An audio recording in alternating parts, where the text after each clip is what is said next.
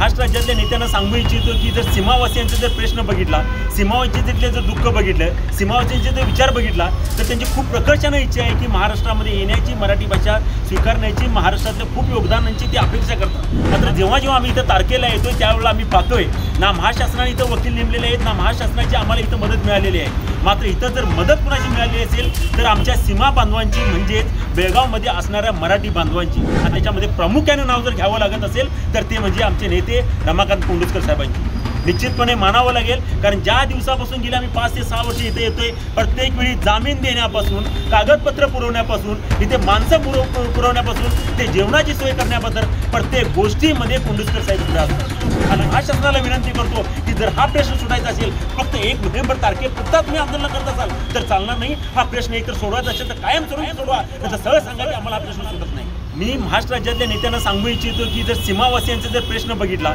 सीमावासियांचे जर दुःख बघितलं, सीमावासियांचे जर विचार बघितला तर त्यांची खूप प्रकर्षानं इच्छा आहे की महाराष्ट्रामध्ये येण्याची, मराठी भाषा स्वीकारण्याची, महाराष्ट्रातल्या खूप योगदानांची ते अपेक्षा करतात। मात्र आज एक मराठीवासी म्हणून सांगतोय की खूप अतिशय कमी प्रमाणात त्यांचा म्हणजे प्रतिसाद मिळतोय।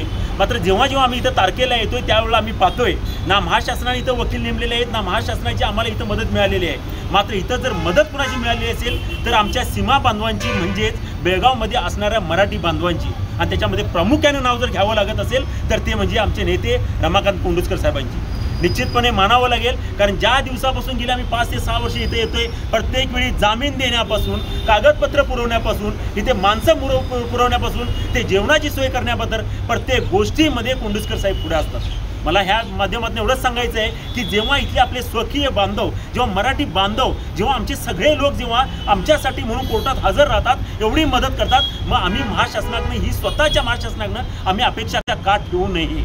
आज निश्चितपणे जे असे आमचे बांधव जे जीवाला जीव देणारे आहेत बेळगावमध्ये, ह्यांच्यामुळे हा प्रश्न जिवंत आहे। त्यामुळे कोंडुस्कर साहेबांना आम्ही खरंच मराठी सगळे जे तिथले सीमावासी बांधव आहेत ते सॅल्यूट करतो आणि महाशासनाला विनंती करतो की जर हा प्रश्न सुटायचा असेल, फक्त 1 नोव्हेंबर तारखेपुरता तुम्ही आंदोलन करत असाल तर चालणार नाही। हा प्रश्न एकतर सोडवायचा असेल तर कायमस्वरूपी सोडवा, तर सरळ सांगा की आम्हाला हा प्रश्न सुटत नाही। त्याच्यामुळे मी परत एकदा सांगतो, आमचे हे सगळे जे बांधव आहेत त्या बांधवांना खरंच साहेब तुम्हाला सॅल्यूट करतो। तुम्ही केलेले काम हे निश्चितपणे महाराष्ट्रात जातंय आणि महाराष्ट्रातला प्रत्येक स्वाभिमानी माणूस बघतोय। जय हिंद।